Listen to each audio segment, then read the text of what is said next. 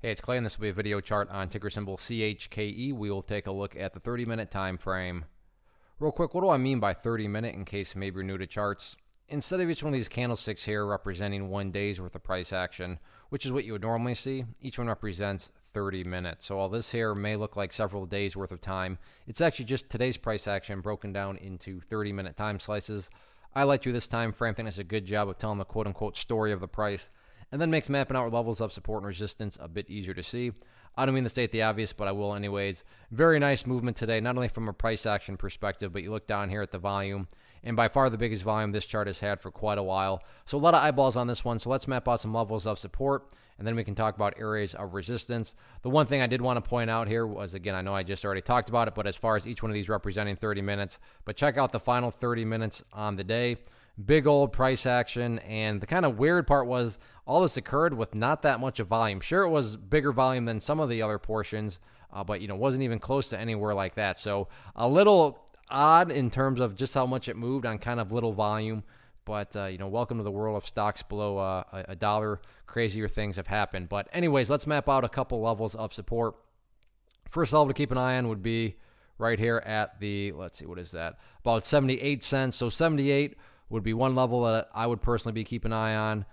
After 78 would be just the bottom portion of this consolidation period, and that makes it easy, down there at 68. So 78 and 68 are a couple areas on the chart where the buyers have had a history of hanging out. So those would be a couple of the near-term levels. I'd consider one up there around 90 cents too, but 90 cents is what I would call more so the ideal level. I mean, if the price can somehow stay above 90 cents, that would definitely be a huge sign of power going forward.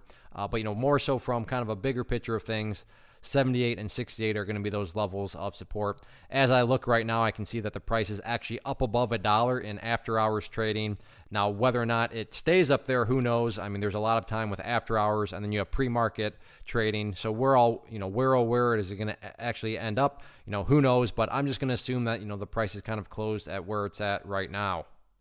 In terms of sellers, pretty straightforward. That's right up there at 98 cents. Again, as I talk right now, the price is actually above 98, so this would be considered an area of support. But who's to know, where this thing will ultimately close down. But if the price does, break above there and manages to open tomorrow morning with a gap up above that area, then just understand that that would definitely be, that first level of support going forward. As far as next potential areas of resistance, looking at the chart here, next level would potentially be up here at $1.17-ish, give or take. And just in case things get really crazy, I'll map out one more area of support. After $1.17, next one up there right around $1.30. So we'll see what happens with it right now or tomorrow. But right now it's actually at $1.13 now. So a lot of movement after hours. Should be pretty interesting to see how tomorrow all plays out.